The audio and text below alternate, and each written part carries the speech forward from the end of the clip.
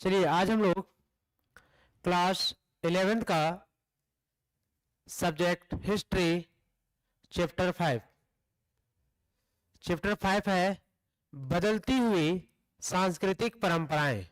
ठीक है, तो बदलती हुई सांस्कृतिक परंपराएं में हम लोगों को पढ़ना है कि जिस तरीके से हमारा प्रारंभिक समाज था और उस समाज में दिन प्रतिदिन क्या जिस तरीके से हमारा समय बीतता चला गया, तो समय बीतने के साथ साथ उसमें कुछ परिवर्तन भी दिखाई पड़ते हैं। ठीक है, जैसे कि रहन सहन, खान पान, वेशभूषा।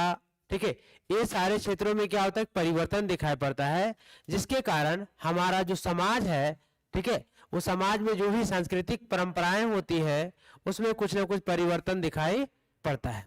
ठीक है, चलिए अब हम लोग नेक्स्ट देखते हैं स्मरणीय तथ्य। ठीक है, कुछ जो है वन लाइनर क्वेश्चन बना हुआ है, उस वन लाइनर क्वेश्चन को हम लोग देखेंगे। ठीक है, तो स्मरणीय तथ्य में क्या क्या है इस पर थोड़ा सा हम लोग डिस्कस कर लेते हैं। फर्स्ट में है रेनेसां शब्द का शाब्दिक अर्थ है पुनर्जागरण होता है। पुनर्जागरण का अर्थ ही होता है कि फिर से जागना, जो कल्चर जो परंपराएं हमारी समाप्त हो चुकी है उसे फिर से कहीं ना कहीं प्रारंभ करना।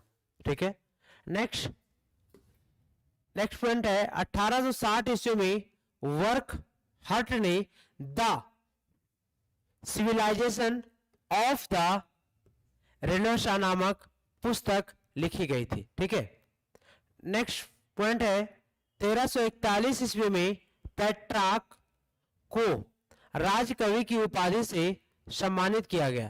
तो क्वेश्चन मेरा बन सकता है, ठीक है, कि पेट्रार्क को राजकवि की उपाधि से कब सम्मानित किया गया था? तो किया गया था 1341 ईस्वी में। नेक्स्ट पॉइंट है 1453 ईस्वी में कस्तुतुनिया के बाइजेंटाइन को ओटोमन तुर्कों ने पराजित किया। यानी 1453 ईस्वी में कस्तुतुनिया के बाइजेंटाइन को, ठीक है, किसने पराजित किया? ठीक है, तो ओटोमन तुर्की ने पराजित किया। नेक्स्ट पॉइंट है 1495 ईस्वी में लियोनार्दो दा विंची ने द लास्ट सफर चित्र बनाया। ठीक है, तो द लास्ट सफर चित्र किसके द्वारा बनाया गया था? तो लियो दा विंची के द्वारा। कब बनाया गया था? तो 1495 ईस्वी में। नेक्स्ट क्वेश्चन है माइकल एंजेलो ने सिस्टीन चैपल की छत पर चित्र बनाया था।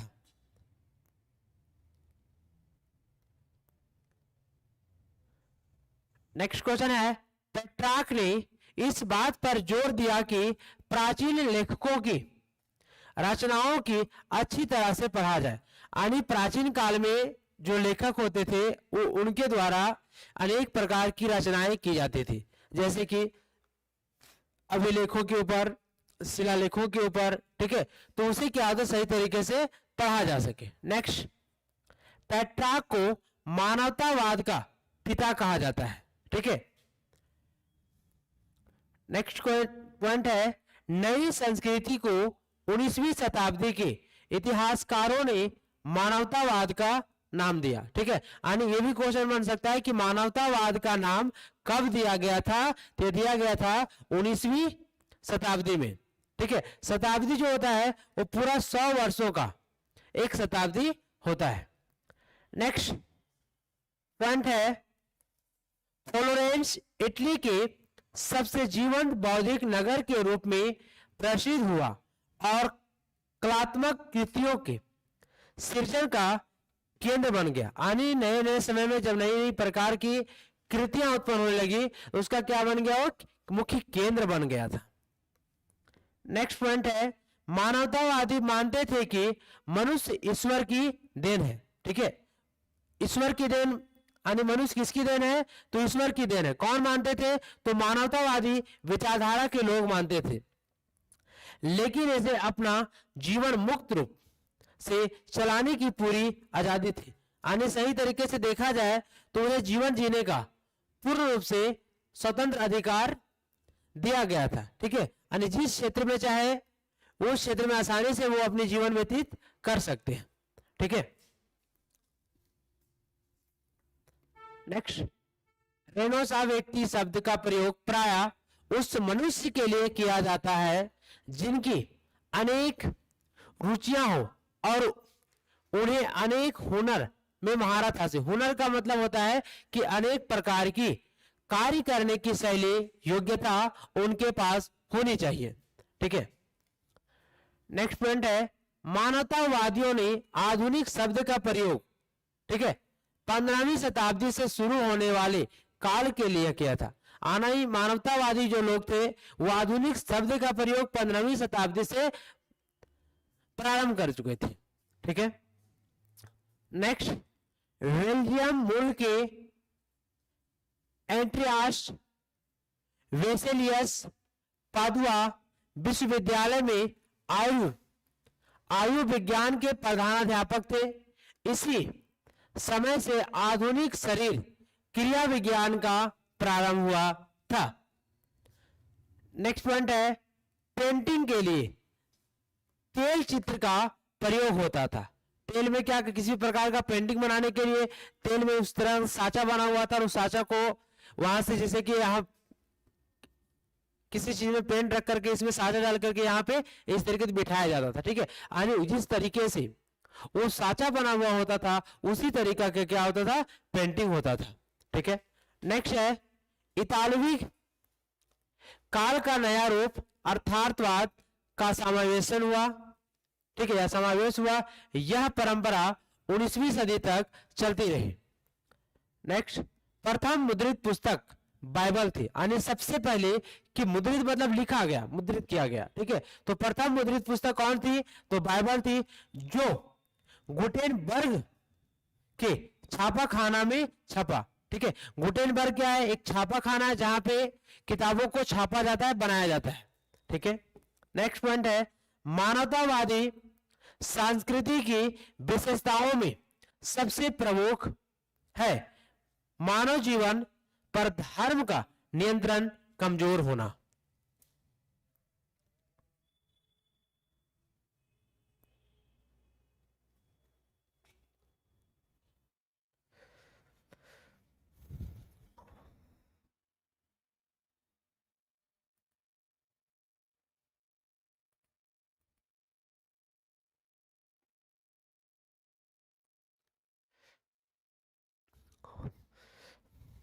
चलिए,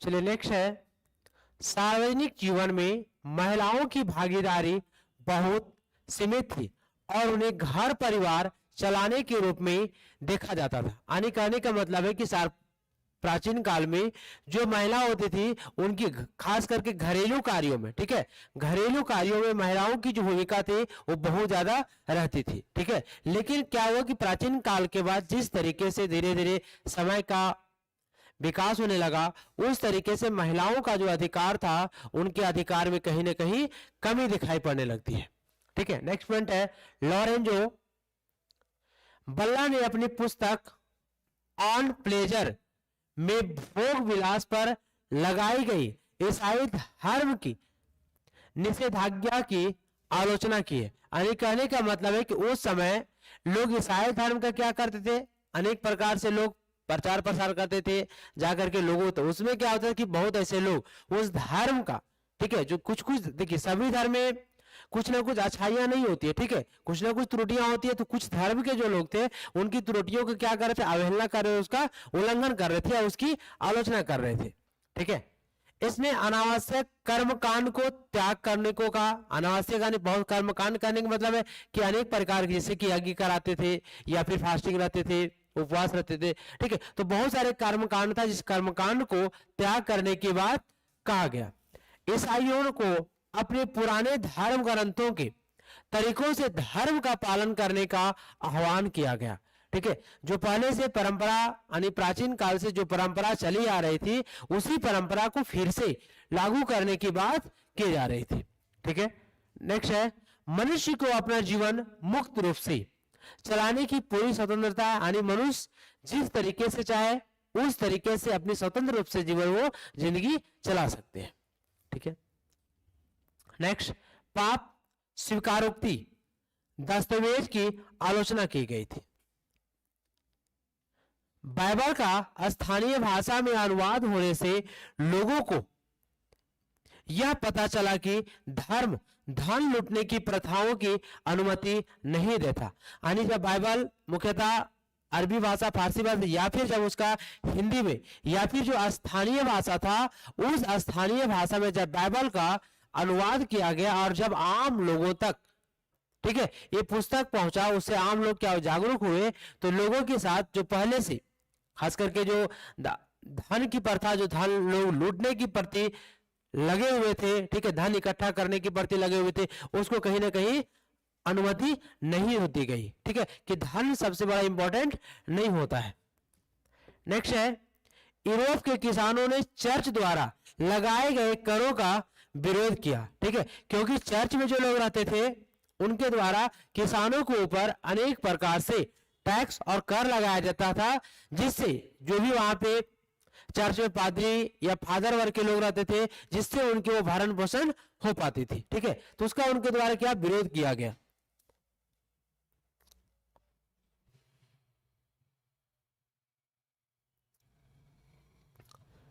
नेक्स्ट है, राजा भी राज काम काज में, ठीक है, चर्च के दखलंदाजी से परेशान रहते थे, अतः उन्होंने भी इसका विरोध किया। मार्टिन लूथर ने कैथोलिक चर्च के विरुद्ध आंदोलन छेड़ा, जिसे प्रोटेस्टेंट सुधारवादी आंदोलन कहा जाता है, ठीक है। यानी उस समय जो ईसाई धर्म, क्योंकि ईसाई धर्म प्राचीन काल में बहुत ज्यादा अपने चरम सीमा पर थी, ठीक है, लेकिन उस धर्म में भी कुछ कुछ त्रुटियां थी, जिस त्रुटियों की आलोचना बहुत तेजी से की जाने लगी थी। नेक्स्ट, इग्नेस लोयला 1540 ईस्वी में सोसाइटी ऑफ जीसस नामक संस्था की स्थापना की। उसके अनुयायी जेसुइट कहलाए, ठीक है, उसके जो अनुयायी थे वो जेसुइट के नाम से जाने जाने लगे।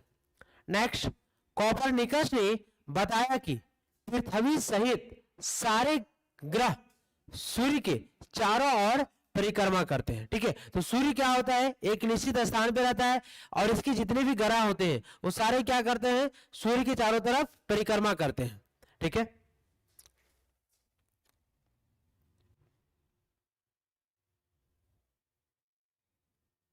चलिए अब हम लोग देखेंगे बहुविकल्पीय प्रश्न, ठीक है।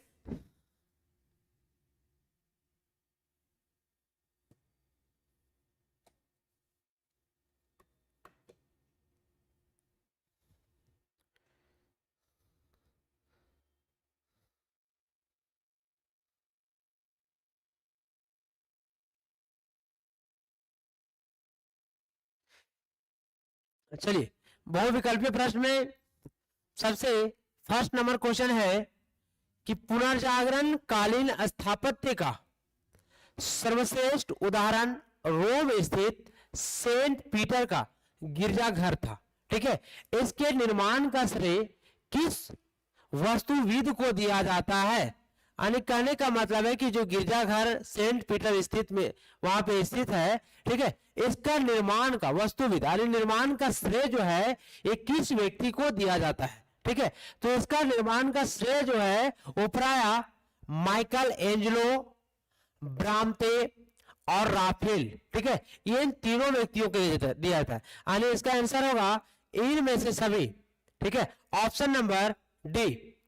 नेक्स्ट क्वेश्चन नंबर 2 है यूरोप में कस्तुतुनिया पर तुर्कों की विजय के समय से आधुनिक युग का आरंभ माना जाता है। यानी जब कस्तुतुनिया पर तुर्कों की विजय हुआ तब से, यानी कब से आधुनिक युग का प्रारंभ माना जाता है, तो आधुनिक युग का प्रारंभ लगभग 1453 ईस्वी से माना जाता है। ठीक है, इसका आंसर होगा option number C. Next question number 3 है, पुनर्जागरण काल का एक महान वास्तुविद होने के साथ साथ एक प्रमुख चित्रकार एवं मूर्तिकार कौन था? ठीक है, तो इसका प्रथम यानी पुनर्जागरण काल में महान वास्तुविद या फिर प्रमुख मूर्तिकार या चित्रकार कौन थे? तो ये थे माइकल एंजेलो। इसका आंसर होगा option number B.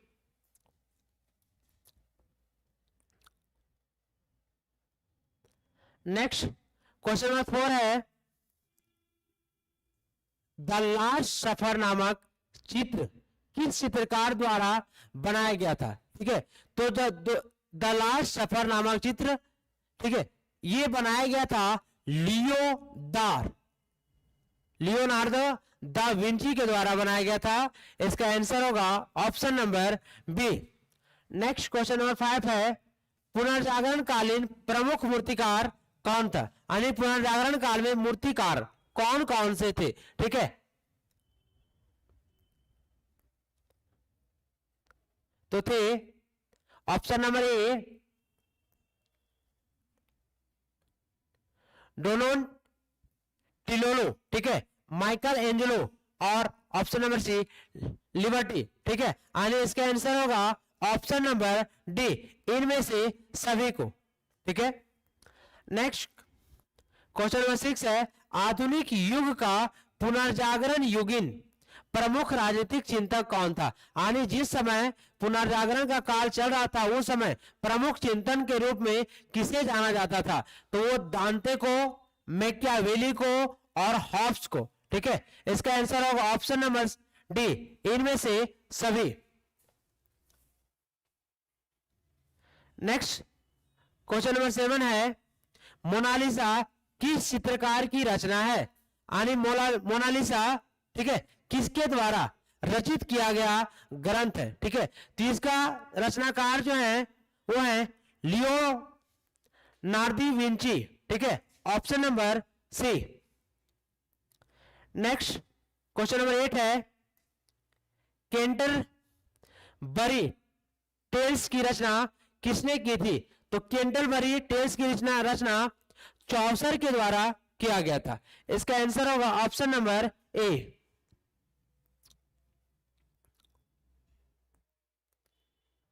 Next 9 number question है, पुनर्जागरण किस देश से आरंभ हुआ था? तो पुनर्जागरण का आरंभ सबसे पहले किस देश से प्रारंभ हुआ था? तो हुआ था इटली से। इसका आंसर होगा option number B. Next question number 10 है, डिवाइन कॉमेडी किसने लिखी? यानी डिवाइन कॉमेडी एक पुस्तक है जिसकी रचना किसके द्वारा किया गया था? तो जिसकी रचना दांते के द्वारा किया गया था। इसका आंसर होगा option number B. Next question number 11 है, मानवतावाद का जनक किसे कहा जाता है? तो मानवतावाद का जनक पेट्रार्क को कहा जाता है। इसका आंसर होगा option number A. Next question number 12 है, यूरोप में आधुनिक युग का आरंभ होना माना जाता है। यानी यूरोप में आधुनिक युग का आरंभ कब से प्रारंभ हुआ था? ठीक है, तो इसका आधुनिक युग का प्रारंभ हुआ था लगभग 1453 ईस्वी से। ठीक है, इसका आंसर होगा option number B. Next question number है 30 नंबर, तुर्कों से बचकर कई यूनानी विद्वान अपने ग्रंथों के साथ पहुंच गए। यानी तुर्कों से बचकर कई भी यूनानी विद्वान जो थे वो कहां बचकर चले गए थे? ठीक है, तो बचकर चले गए थे इटली। ठीक है, इसका आंसर होगा option number A. Next question number 14 है, थॉमस मोर ने यूटोपिया का प्रकाशन किया। यानी थॉमस मोर के द्वारा यूटोपिया का प्रकाशन कब किया गया था? तो किया गया था 1516 ईस्वी में। इसका आंसर होगा ऑप्शन नंबर सी।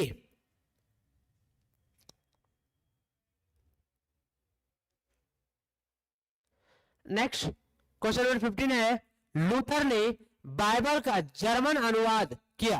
यानी मार्टिन जो लूथर थे वो बाइबल का जर्मन में अनुवाद कब किए थे?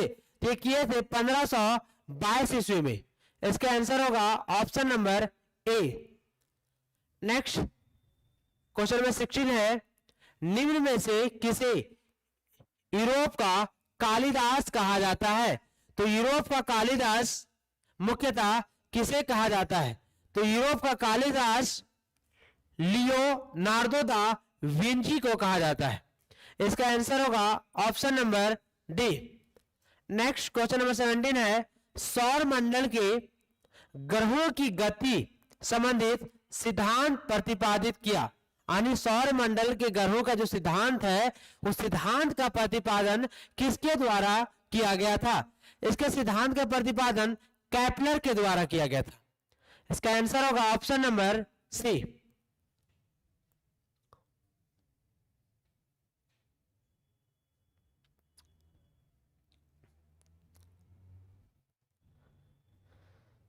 नेक्स्ट क्वेश्चन नंबर 18 है, द पिएटा नामक चित्र किसकी कृति है?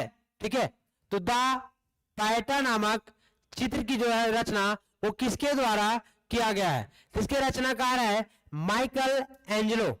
ठीक है, इसका आंसर होगा option number D. Next question 19 है, the civilization of the renaissance नामक पुस्तक की रचना किसके द्वारा किया गया था? इसकी रचना जेकब बर्कहार्ट के द्वारा किया गया था। इसका आंसर होगा option number B. Next question number 20 है, तुर्कों ने किस वर्ष कस्तूरिया पर विजय प्राप्त की? यानी जो तुर्क लोग थे वो किस वर्ष कस्तूरिया पर आक्रमण करके वहां पे अपना जो था वो अधिकार या फिर विजय प्राप्त किए थे? ठीक है, तो इसका विजय प्राप्त लगभग 1453 ईस्वी में किया गया था। ठीक है, इसका आंसर होगा option number C. Next question number 21, अरवकी लुकाओं के लोग कहां रहते थे? ठीक है, अरवकी लुकाओं के लोग मुख्यतः, ठीक है, कैरिबियाई द्वीप समूह में रहते थे। इसका आंसर होगा option number C. Next question है 22 नंबर, पृथ्वी अपनी ध्रुव पर घूमती है। ठीक है, यह सिद्धांत किसने प्रतिपादित किया था? तो इस सिद्धांत का प्रतिपादन कोपरनिकस के द्वारा किया गया था। इसका आंसर होगा ऑप्शन नंबर ए।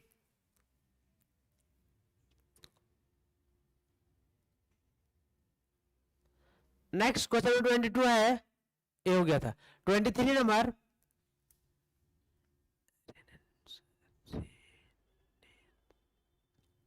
रेनेसां का शाब्दिक अर्थ क्या होता है? ठीक है, तो इसका शाब्दिक अर्थ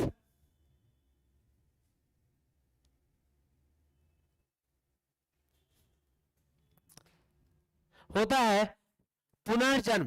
पुनर्जन्म करने का मतलब है कि फिर से जन्म लेना। ठीक है, नेक्स्ट क्वेश्चन नंबर 24 है, पुनर्जागरण सर्वप्रथम किस देश में आया था?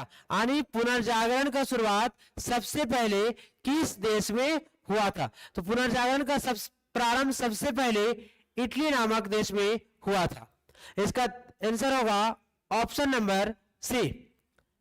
नेक्स्ट क्वेश्चन है 25 नंबर, 14वीं सदी के यूरोप के बारे में जानकारी के कौन सा स्रोत है? यानी 14वीं शताब्दी के इतिहास यानी यूरोप के बारे में इतिहास को समझने के लिए कौन सा ग्रंथ है जिसके बारे में हम लोग वहां पे जानकारी प्राप्त कर सकते हैं? तो पहला है मूर्तियां, दूसरा है चित्र या चित्रकारी, तीसरा है मुद्रित पुस्तकें यानी मुद्रित करके जो पुस्तकें लिखी गई है। इसका आंसर होगा ऑप्शन नंबर डी, उपरोक्त में से सभी। नेक्स्ट क्वेश्चन नंबर 26 है, नव जागरण की विशेषता इनमें से कौन सी है? ठीक है, तो नव जागरण की विशेषता इसमें से अर्थार्थवाद की ओर, मानवतावाद की ओर और तर्क की प्रधानता। ठीक है, इसका आंसर होगा ऑप्शन नंबर डी, उपरोक्त सभी। नेक्स्ट क्वेश्चन नंबर 27, नव जागरण आंदोलन की प्रमुख केंद्र का नाम बताइए। यानी नव जागरण आंदोलन का प्रमुख केंद्र कौन सा था जहां से नव जागरण आंदोलन की शुरुआत की गई थी? इसका प्रमुख केंद्र था वेनिस, फ्लोरेंस और जेनेवा। ठीक है, इसका आंसर होगा ऑप्शन नंबर डी, उपरोक्त में से सभी।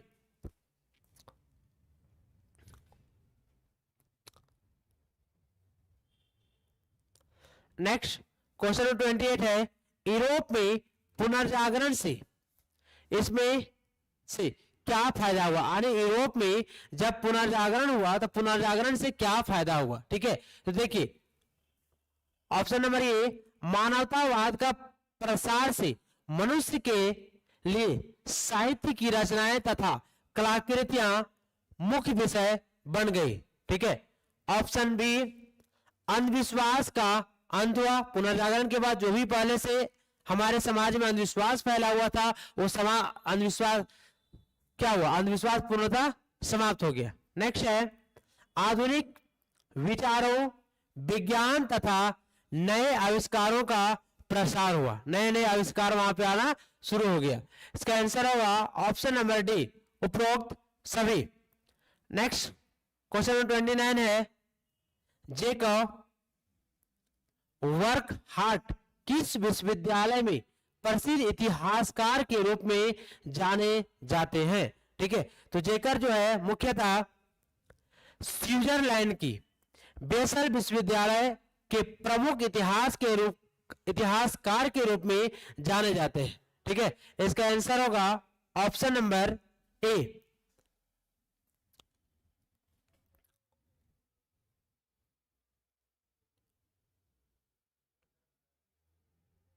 नेक्स्ट क्वेश्चन नंबर 30 है, लियोपोल्ड वान राके कौन था? ठीक है, तो लियोपोल्ड वान राके मुख्यतः जर्मन का एक इतिहासकार था। ठीक है, इसका आंसर होगा ऑप्शन नंबर बी।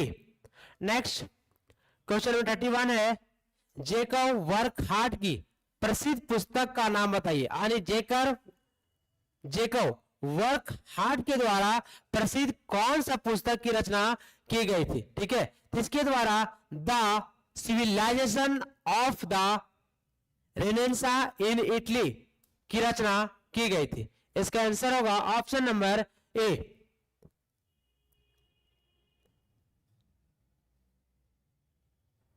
ठीक है, नेक्स्ट क्वेश्चन नंबर 32 है, the civilization of the renaissance in Italy कब प्रकाशित हुआ? यानी इस जब ये पुस्तक लिखा गया तो मुख्यतः इस पुस्तक का प्रकाशन कब किया गया था? ठीक है, तो इस पुस्तक का प्रकाशन 1860 ईस्वी में किया गया था।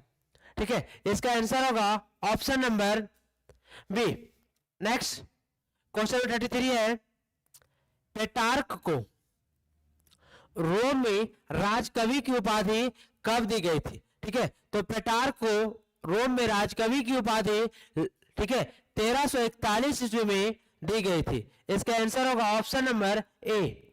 नेक्स्ट क्वेश्चन नंबर 34 है, पेटार्क का अस्थायी निवास नगर कौन सा था? यानी पेटार्क जो था वो मुख्यतः किस स्थान पे वो निवास करता था या रहता था? तो वो ज्यादातर फ्लोरेंस शहर में रहा करते थे। ठीक है, इसका आंसर होगा ऑप्शन नंबर बी।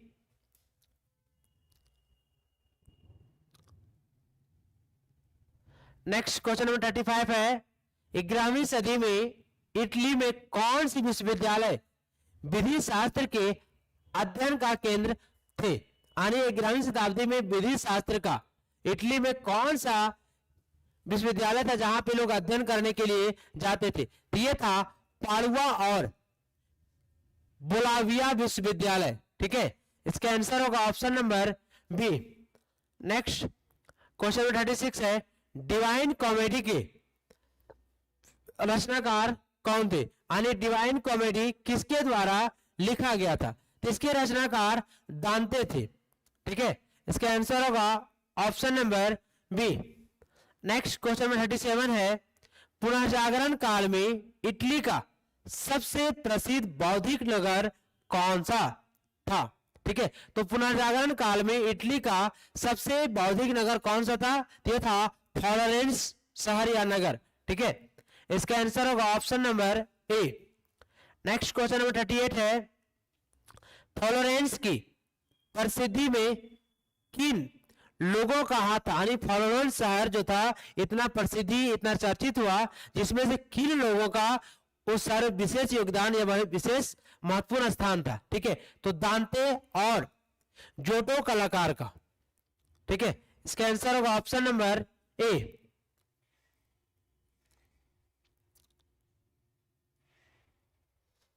चलिए 39 नंबर क्वेश्चन है, जाटों ने किस प्रकार के चित्र बनाए? ठीक है, तो जाटों ने मुख्यतः जीते जागते, ठीक है, चित्र बनाए थे। इसका आंसर होगा option number B. Next question number 40 है, किन शताब्दियों को अंधकार युग के नाम से जाना जाता है? यानी किस शताब्दी को अंधकार के युग के नाम से जाना जाता है? तो 5वीं से 9वीं शताब्दी को अंधकार के युग के नाम से जाना जाता है। इसका आंसर होगा ऑप्शन नंबर सी। चलिए नेक्स्ट हम लोग अगले क्लास में देखेंगे।